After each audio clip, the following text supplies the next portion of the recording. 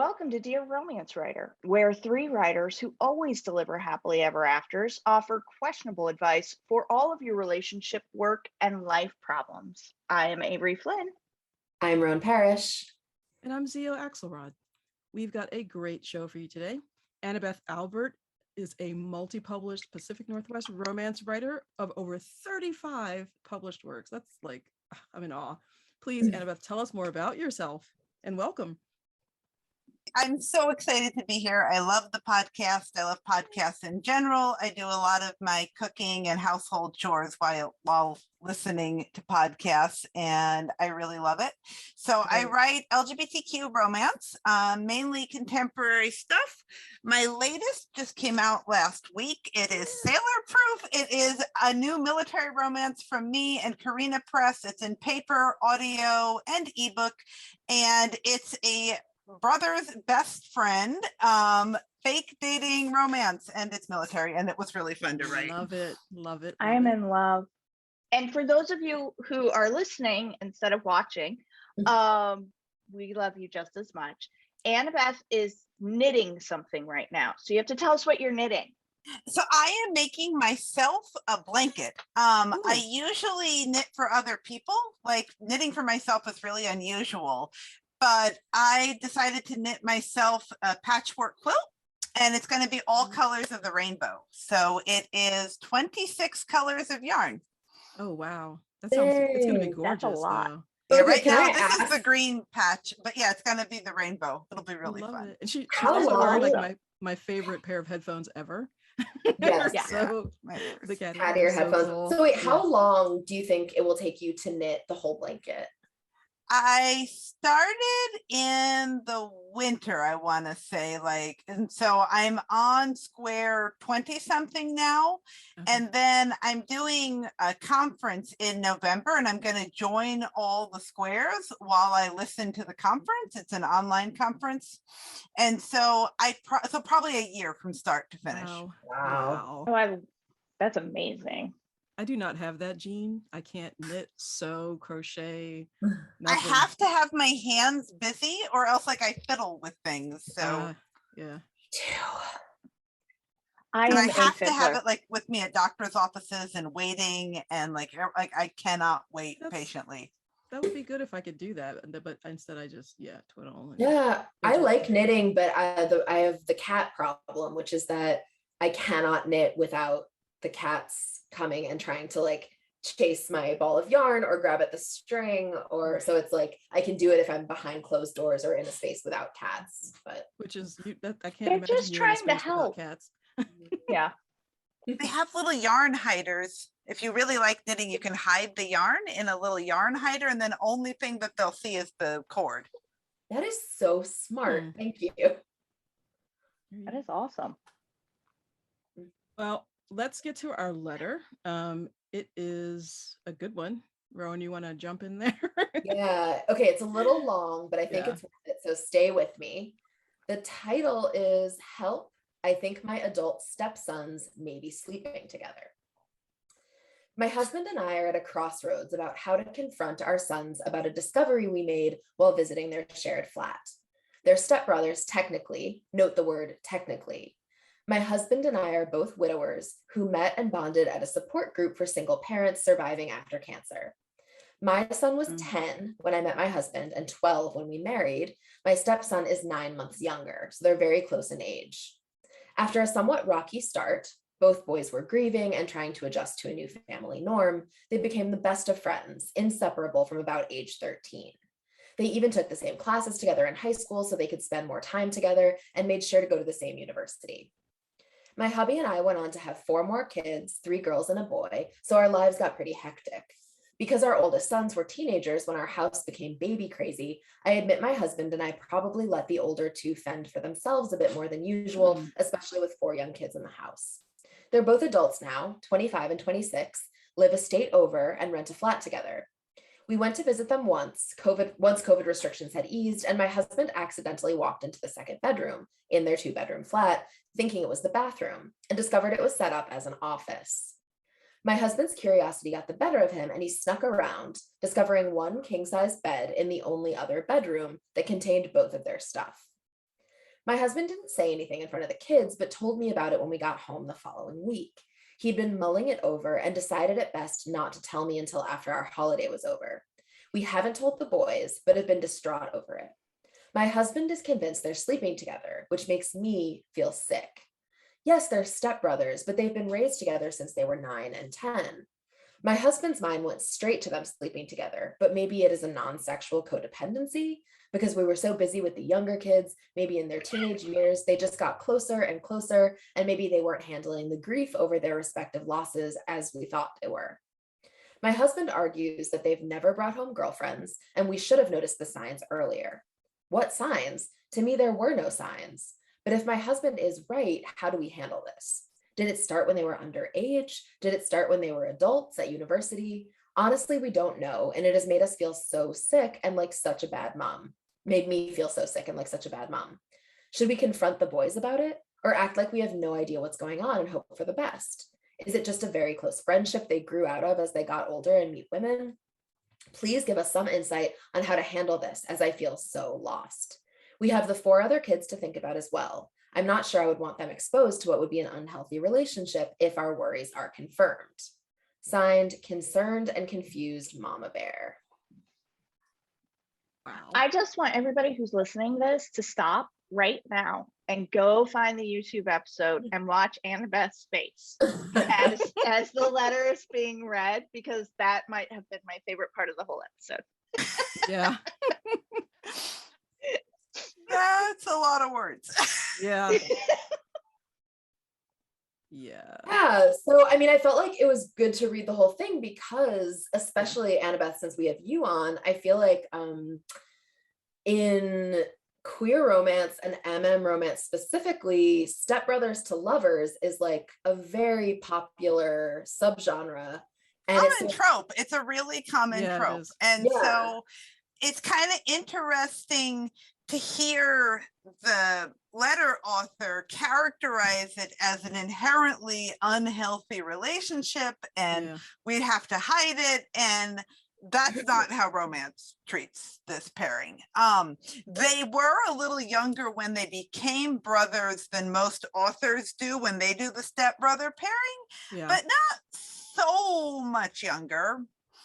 And I guess in LGBTQ romance, there tends to be a lot of, well, no one's getting hurt. It's consenting adults. They're 25 and 26, and no one's getting pregnant. Like, you know, there's not the genetic thing to worry about if, you know, but they're step siblings, so it wouldn't matter anyway. Right. Like, I think the bigger issue really is what the mom says, which is how does this impact family dynamics? Yeah. They have these younger kids, and I wonder, do they even need to discuss this with their younger kids? They're roommates, you know, they can handle it how they want, but maybe they should try talking to the adult sons and find out how they would like the siblings to know or not know. And find out what's actually going on. I mean, you can speculate all you want, but until they say, this is our relationship, friendship, you know, romantic relation, whatever it is, like they have to come out and say what it is before they can do anything. And they get to have privacy over it too. They get to have privacy over it. Yeah, exactly. Well, But and I think even before we get to like the stepbrothers and whether or not that is crossing a line, which we've talked about before, come at different opinions on. I kind of had like the line that jumped out at me, and well, not just one line, but she mentions it several times, the fact that, well, they haven't brought home girlfriends. So I think we've got at least some latent homophobia that we are looking at here, because she can't even admit that this would be a possibility, right? Yeah. So are they going to grow out of it? Are they going to grow out of it at 25 and 26? Yeah. And I get a little concerned by anybody who calls themselves a mama bear, but that is a me thing, not necessarily, you know, a thing. Yeah. But so I think, you know, we've got a 2-step thing here. We've got is she going to become, is part of her issue the fact that she's also asking her grown sons about their sexuality? Mhm. right? And is that something that she's getting caught on because she can't figure that part out, right? Are they in a family where that would not be acceptable? You know, That's what I'm and wondering. Yeah. that's holding her back. And then you add on to that the fact that, you know, they are stepbrothers, so no actual relationship, but were raised as brothers. Um, Well, I mean, you know, that's sometimes that's a whole lot. when But families are yeah, blended, the parents are like, and we're all going to be one big happy family, and that doesn't necessarily translate to what the kids want or how they feel. You know what I mean? So like, you can tell somebody that that's your sibling, but if you don't feel like there's a sibling connection there, then you can't manufacture that. Right. So I think that they just expected the Brady Bunch to happen, you know, with their two kids, and that's not what happened.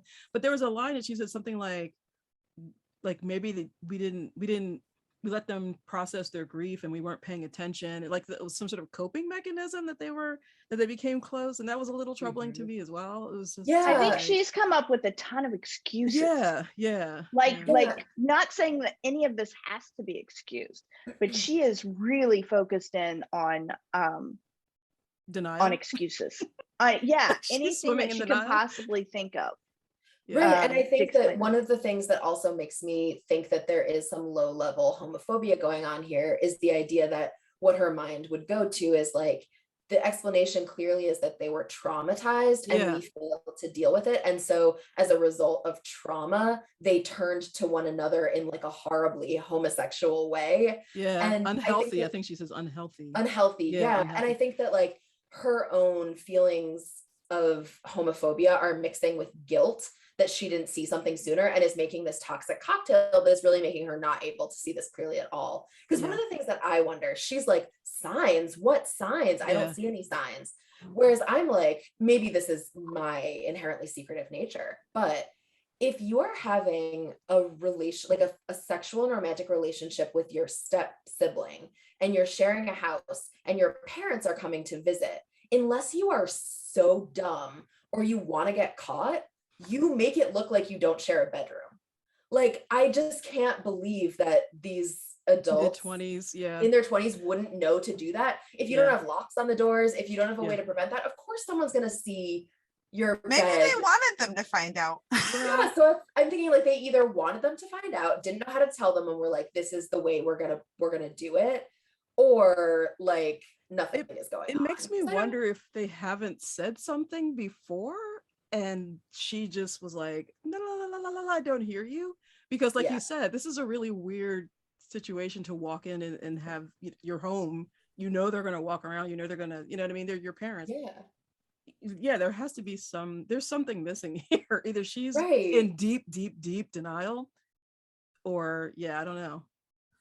One thing that I was thinking as I was hearing it too is she's characterizing them as having been kids when they got together.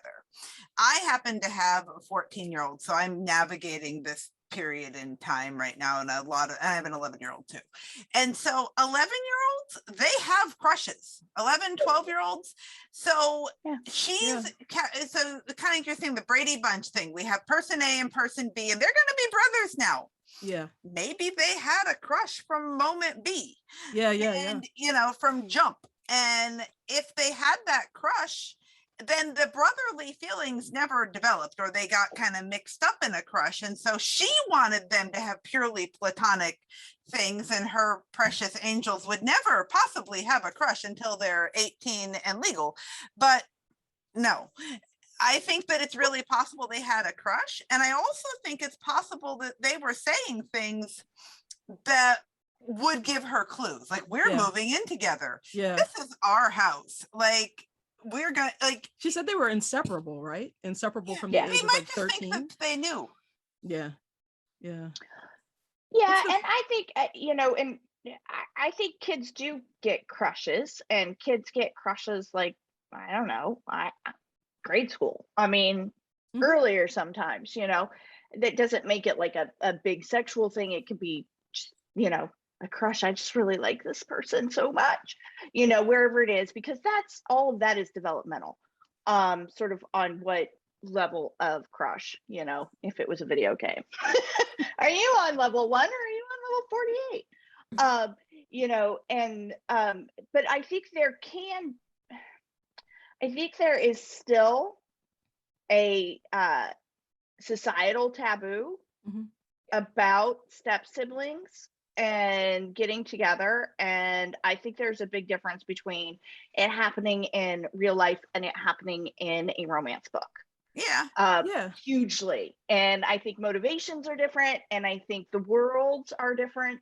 And I mean, like, I'm thinking of, like, I don't know if you guys watched the LuLaRoe documentary. It's banana bonkers. If you've not, you should, out there. And they same thing.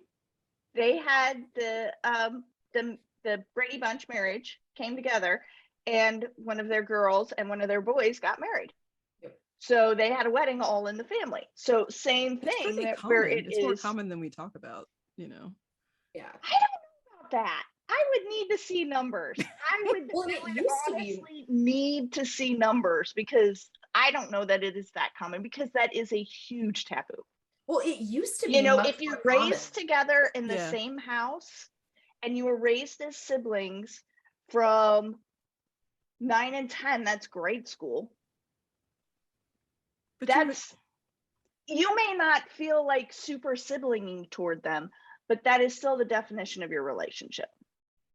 I don't know. That's one definition of your. See, we relationship. always argue about this. We Yeah. argued about this a It's while clueless. back. Clueless. Okay.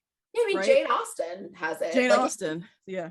It also used to be much more common. It was super common in any country that had like land that passed within a family. Well, yeah, but that was a long time ago, though. I'm talking about today. Right, I know, but I don't know that it is that common here in the United States. Maybe in our not, but I modern mean, age. there are lots of cultures and countries where to have familial marriage is not as uncommon as it is here. And I think, first of all, this mother is clearly either British or Australian. Yeah. She's yeah. So we don't know that the family is all American. But yeah, I mean, I think that it could have been that their relationship could have gone so many different ways, and we don't know.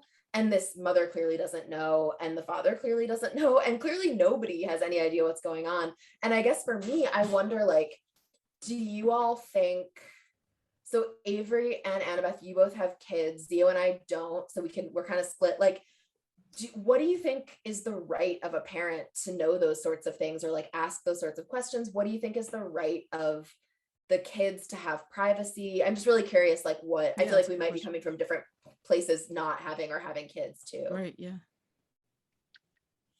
You go first, Annabeth. I think we might be coming at this from the wrong angle, which is, how prevalent is it in society? Is it societally a taboo? This is somebody's real life, and it's actually happened. They have to deal with it as a family, whether it's societally common or whether it's really is an uncommon thing. They have to deal with this as a family. Yeah. Sure. And I think what I would be wanting to do is look deep in myself. Why didn't they come to us with this sooner? Not do I have a right to know, but why didn't I create an environment where my child felt okay talking about their sexuality in general? Because if they are in some way a couple, they do have a sexual identity that is not cisgendered straight male. They have some sort of thing that they might want to talk to their parents about. I don't know how they identify. I don't know what words they'd use, but it's something. And as a parent, you want to create an environment where your kids can come to you and they can say, at even 11, 12, 13, 9, they can say, I kind of like this boy and I'm not sure if I like him as a friend, or, this girl makes my stomach flutter, and is that normal?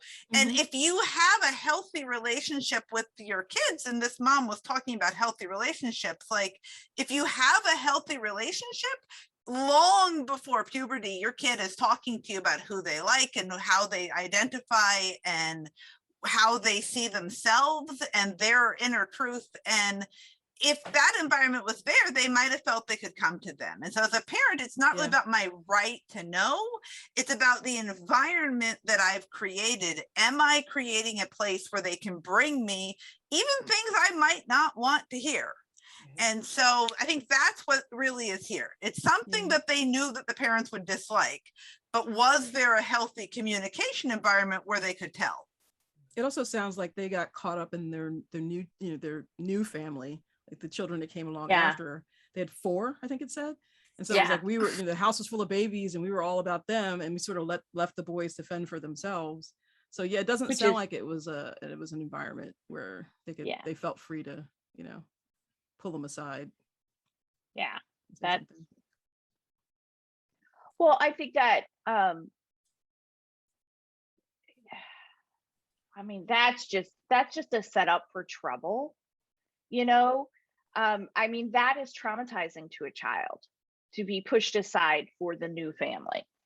Anybody who has lived through that experience knows what a crappy, awful thing, and how many layers that ends up, of trouble that ends up causing for you, right? And in your relationship with your other folks, right? So that could be playing into all of this as well. And I just want to Annabeth with her, saying that as parents, our job is to create an environment. And that's what I think of it as. Our job is to create that environment where they feel they can come to you. Now, does that mean I don't go ask questions? Of course I do. I have boys. They don't talk. So I trap them in the car and I ask them questions like, who are your friends? And what do you guys like to do? And what do you talk about? And who do you sit next to at lunch? And like, my middle child is 15 and I still torment him like this. Right? So it is, it's your job as a parent to have, in my opinion, to create that environment where the child can be themselves and a child feels safe enough to be able to come to you with questions or concerns, or just to let you know about their day. Number one. Number two, to be in touch with your child, whether that's because they're a chatty kid or because you end up pulling, asking questions, not being invasive. I think there's a difference. You're not reading their diary, you're not breaking into their room, you're not, 365 lifing them. Oh my goodness. But mine are younger though. I would not use Life 365 with an 18-year-old, but Wait, so what's 365 life? You're basically tracking their phone, which is always with them. You sweet son of a child.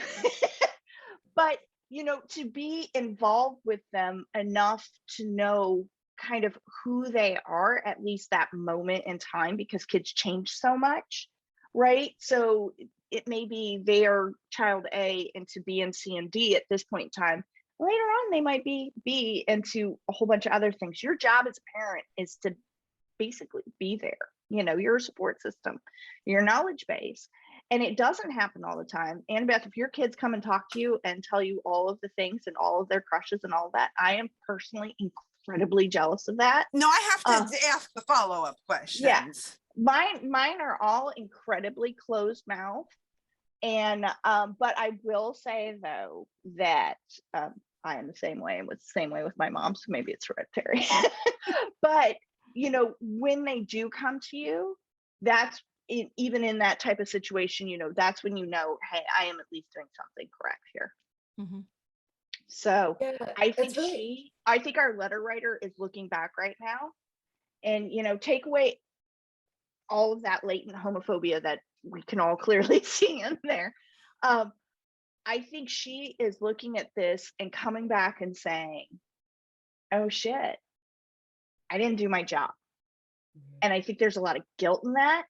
And I think that's why there is so much rationalizing in this letter. I just hope that the guilt isn't, if I had been more present, they wouldn't be who they are. You know what I mean? And it may be. It may be. Yeah. Well, and one thing I think is really interesting is I'm thinking like my parents definitely made me feel safe. I definitely felt like I could have told them things, but I didn't. I was like the most private, closed off person. I like, and not because I thought that there were going to be terrible consequences. I just like my mode of asserting my independence at starting at like probably 10, 11, 12 was that I wanted to be left alone and I wanted to deal with things on my own. And I took any question or like attempt to connect by my parents as a challenge.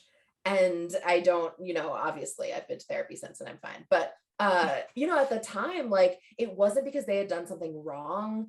It wasn't, so I think that like it makes sense to me that this mom feels guilty and maybe she should. It sounds like maybe she should, but I also think like you can be the best parent in the world and create the most loving environment and still have kids who don't want to tell you certain things or who are like, I feel really safe to tell this person lots of things, but I want to keep it private for other reasons. Like I love having secrets. I love having things that I don't tell people, especially as a teenager. It felt like precious and exhilarating to have secrets. And so I think like there could have been nothing going on when they were younger, or they could have just been best friends and this happened later, or they could have actively chosen to keep it a secret in not a you were a terrible parent kind of way, but in a like, we don't want to deal with any of the fallout.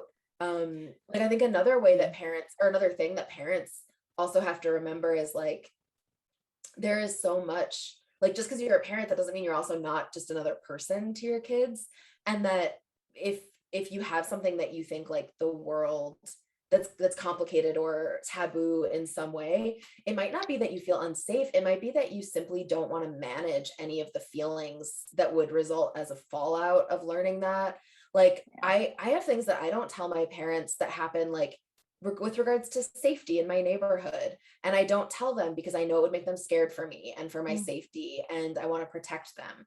And I'm 39, it's not like I'm an adult, I can decide that for myself. But I also imagine like that probably came out of a long time of feeling about my parents, like they cared about me so much and loved me so much. And that meant that if anything bad was happening to me, including like bad feelings, that it would harm them in some way to learn about that. And so I developed this protective mode where I didn't want to hurt them, but that also means like, I don't want to deal with the fallout of taking care of someone's feelings after telling them something that might hurt them, which is like, that's just complicated. And I don't think is necessarily a parent's fault. So I do hope that this mother will not be so caught up in the guilt that she can't remember that like some of these things might have to do with choices that she and her husband made. And some of them also just might not have anything to do with her. Yeah. I mean, I it's funny you said that about being private. Like I grew up in an environment where privacy was the goal. So like you didn't talk about anything, like you don't, and I think there are some families where you don't talk about real stuff. Everything is very superficial, and this could be a case of that, because they're like, well, do we say anything? We've seen what we've seen, and do we say anything? Maybe not. Do we just keep it to ourselves? And there are families where that happens all the time. Like no one is encouraged to talk about anything that could rock the boat. You know what I mean? That was so like I was when I was a kid, I would want to tell everybody everything, but I was conditioned not to tell anyone anything, and that's how I am now. So it's definitely, there's a lot going on in this family. I'm not sure how they're going to, as a family with the kids, the younger kids, sit down and talk about this if they do get to that point. I think the first thing, I think they just need to talk to the boys. Oh yeah. I'm just calling them the boys. They need to talk to the boys first and find out, what is going on instead of just speculating. And at that point in time, that's I think then you get to the step sibling part is the next bridge. One bridge at a time. That's all I can take. That would be my recommendation. I'm actually on team don't bring it because the boys didn't bring it up for a reason. And there's so much complicated family dynamics here. And the blatant homophobia issue, if they bring this out into the light, then they as parents are going to feel they have to make a decision that benefits these 4 younger kids. And that might mean distancing themselves even more than they already have from the older 2. Right. And if it keeps their family dynamic, which is not the healthiest right now, but if it's a choice between we bring this out into the open and then they're going to go do their living together and we're going to keep our younger kids over here, we don't want them to know what's happening over there, things are getting more unhealthy, not less. I wonder if they're doing that already though. Yeah, I think they kind of are. Yeah. And so I think they are, but Yeah. I think they could be blowing this, I don't know. I will respectfully disagree with you, Annabeth. I think that it is one of those things where you just ask. If the kid doesn't want to answer, the kid doesn't want to answer. I mean, they are adults. I see what, and I'm not saying like being super intrusive, but say, hey, I noticed this. I'm curious. Can you enlighten me a little bit about this? You know, you can tell me anything. You know what I mean? Like, you can talk to me about anything. That's all I'm going to say. Yeah. You know what I mean? Like, you don't have to even confront them. Because I think the more they go, big secrets can fester. And I think the fact that, like Rowan said, they easily could have covered this up if that was their goal. If they wanted to have in a relationship. Yeah, they might want to have the conversation.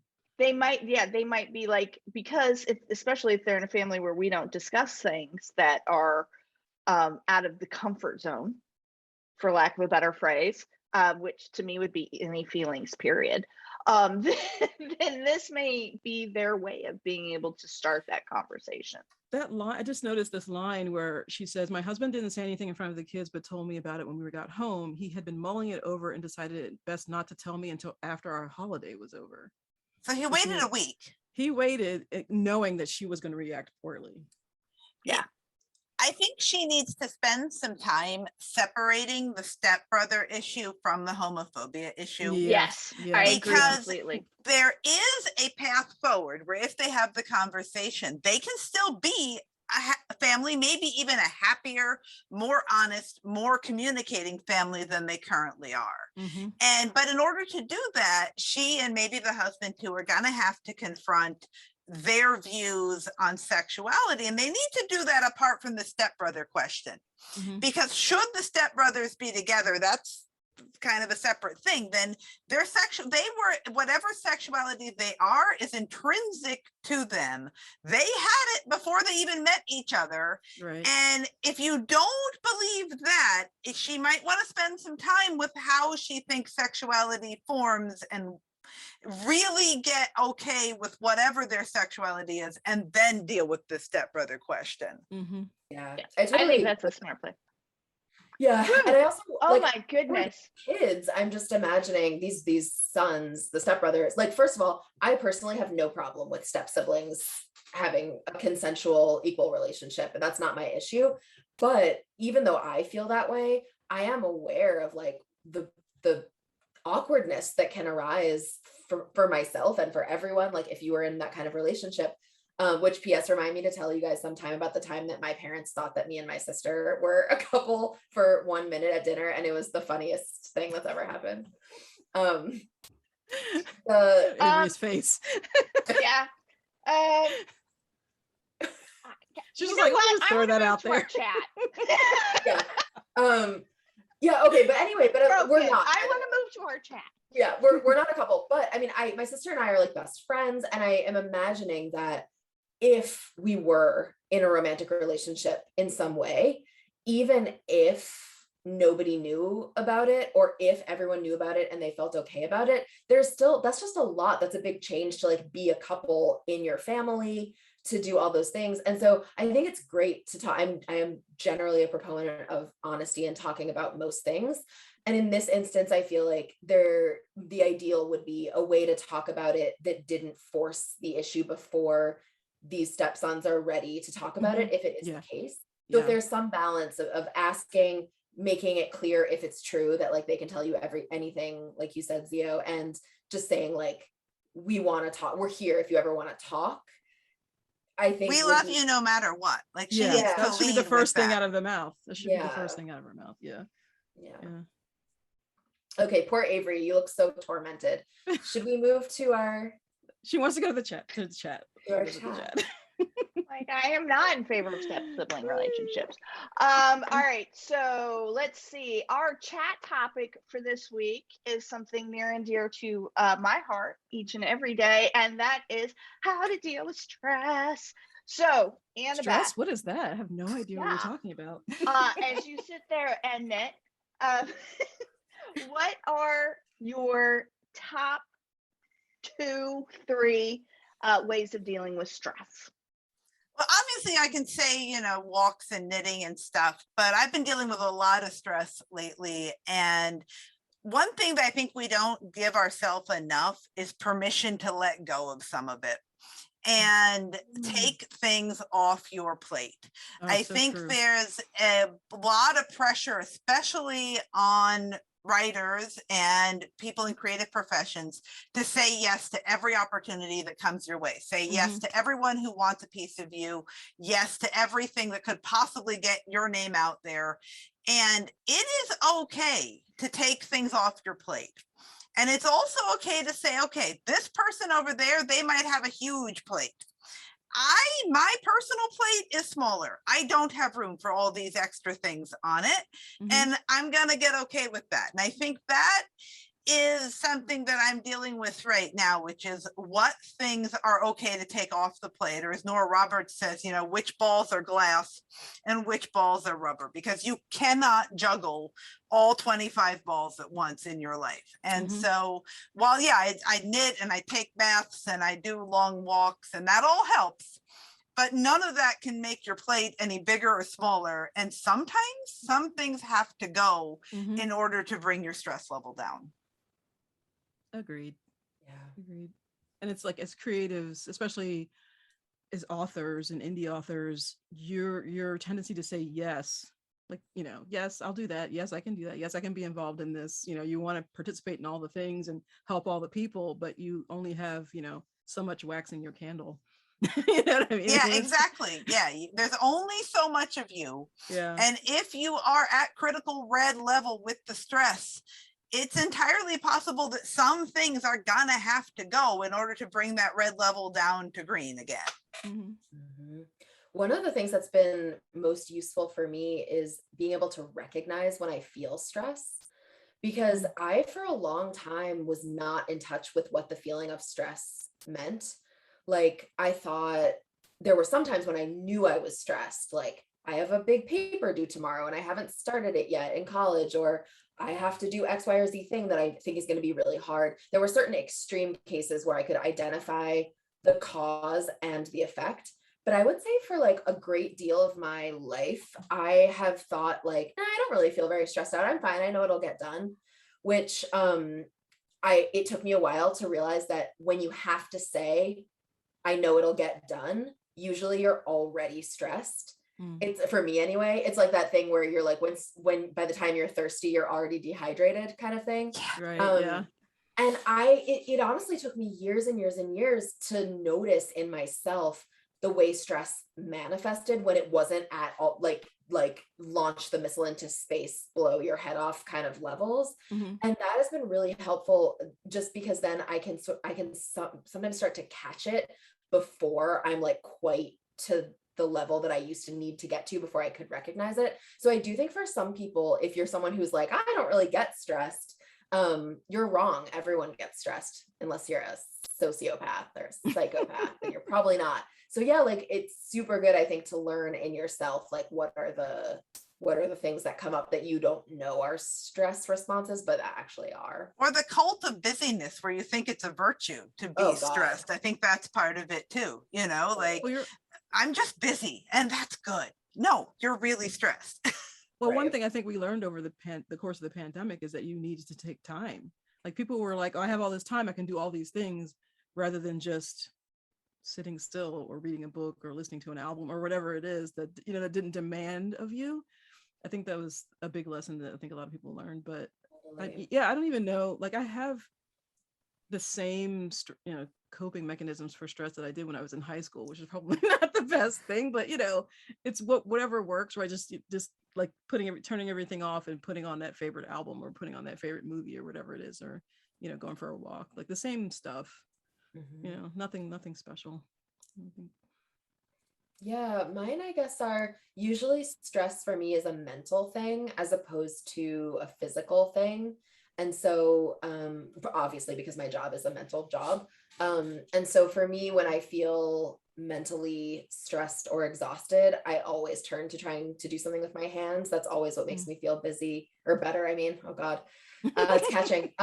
So like baking or cooking something or gardening, or even like lying on the couch and playing with clay, or I took up whittling during the pandemic, but like something to do with my hands that's totally detached from having to like solve mental problems is really helpful for me. And one of the ways that I've learned stress manifests in me is like decision fatigue, which I didn't used to realize was a thing that happened. I was like, well, no, I mean, I'm in grad school, I'm getting my PhD. Everyone at the end of the day of working just eats like a baguette that they picked up at the store on the way home because they literally can't conceive of like what just other can't. meal. Yeah, just can't. And I realized, can't. especially with like creative, like writing, one of the things that I feel like a lot of people who aren't writers don't know about it is that you are making 1 million decisions every single day. Like every word is a decision. And so by the end of the day, when I'm feeling stressed, for me, decision fatigue is huge. And so doing like physical things where I don't have to make choices is great. So like baking things that I've baked before, so I can just like do it automatically. I don't have to think about it. Or pulling weeds in the garden where you don't have to make choices about what to put places. I find like at the end of an hour or two of doing something where I don't have to make any choices, it has like radically dampened my stress. Yeah. That's why I turn to comfort listens or comfort watches or comfort reads. It's like I don't have to worry about what to expect. I know what's going to happen. It's all very like laid out for me, and I can just turn my brain or part of my brain off. Totally. I love that term, decision fatigue. I have never heard that before, but I completely do that. I had a meltdown not that long ago, and I was in the middle of actually pulling my car out of the garage. My husband came home, and we had like a neighborhood garage sale, and I ended up picking up this really cute table that I want to refinish. I'm not that person, but I have hopes of someday maybe being that person. And so I'm talking to him, and I'm like, well, we can do. And then I realized I couldn't. I couldn't, like, even saying, can we just move this downstairs into the storage room was too much. Yeah. Like, and I just looked at him, I'm like, I can't decide. Should we put this in the kitchen? Should we put it in the storage room? Should we just leave it in the garage where it is now? What should we, I physically could not do it. My brain was like, no, sorry. So, and I love that, because that is a huge sign for me, because I'm a super decisive person. Same. And so immediately decisive, not like Roan thinks about things and considers and plans and does all of this stuff, which I'm super jealous of. And me, I'm just like, yes or no, that's just it. And so not being able to come to that is such a freak out moment for me. So that's when I should know that's when I'm about to fall off a cliff. Yeah. That's a really good tip. Oh, good. I'm glad. I think it's useful to be able to communicate that too. So like one of the things that I like when I'm on days that I don't cook, so my girlfriend works basically until dinner time, and so she usually doesn't cook. And so she'll usually order something. And I have found it super useful when I've reached that moment of decision fatigue, and she'll say like, oh, what do you want for dinner? Like, what are you in the mood for? To sometimes be able to be like, I can't make any more decisions tonight. I'm like, I will eat anything, but I need you to choose. And that's like a really easy, same with sometimes on like weekend projects or something, like, we're going to go for a hike. Do you want to go here, here, or here? If I'm still like really in decision fatigue, I'll be like, don't care. Just tell me where to drive. And I think that is a super useful, like if you have like a partner or kids or friends who are in your close circle who you can explain that to, and who maybe, I mean, they might have the same thing, and Yeah. hopefully you don't hit it at the same moments. Okay. But if you can like be that for each other, I think that's so great, because I sometimes hit it and it's so extreme that I'm like, if I'm in the car and I have to go do an errand, the idea that I could like turn left here or turn left on any of the next 7 blocks to get to the street I need to get to fills me with this sense of like, I want to crash the car into a fire hydrant so that I don't have to make the choice. I will Oh my put on God. Google directions for places that I know how to get to, just so I can follow someone else's direction instead of having to make the choice, because I'm like trying to maintain what little is left of my decision making things. Anyway, for me, that's a huge thing. And I feel like being able to communicate that to the people closest to you, so you can tap out in certain moments and just be like, decision fatigue card. And that means like everyone else has to choose, is a way to like preserve the scraps, like the ragged edges of your. The ragged edges of your not curling up into a ball and crying in your garage, which I may or may not have done. So, okay.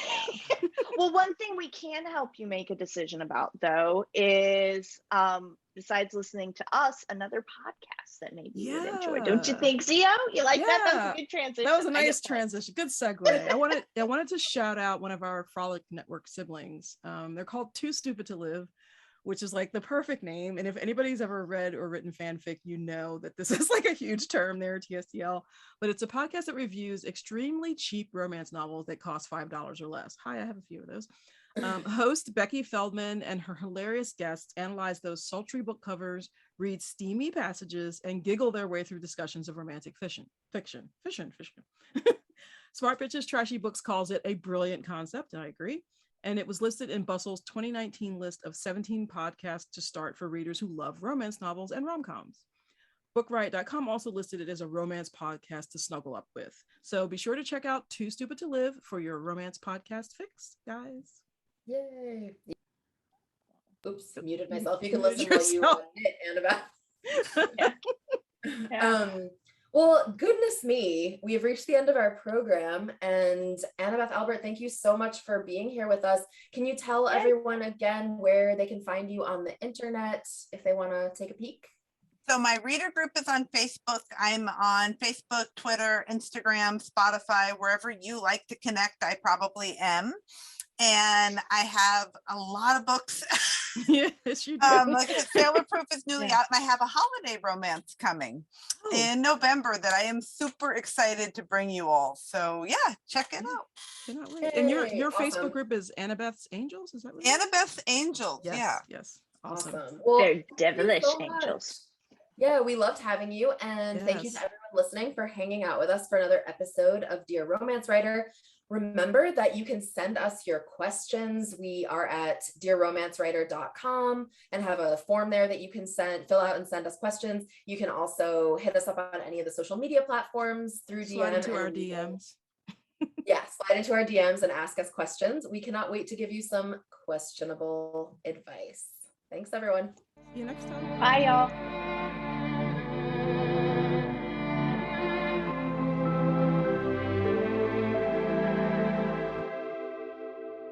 Thank you so much for subscribing to Dear Romance Writer. Remember to keep sending in those letters at dearromancewriter.com. We can't wait to tell you what to do. Dear Romance Writer is part of the Frolic Podcast Network. Find more podcasts you'll love, frolic.media/podcasts.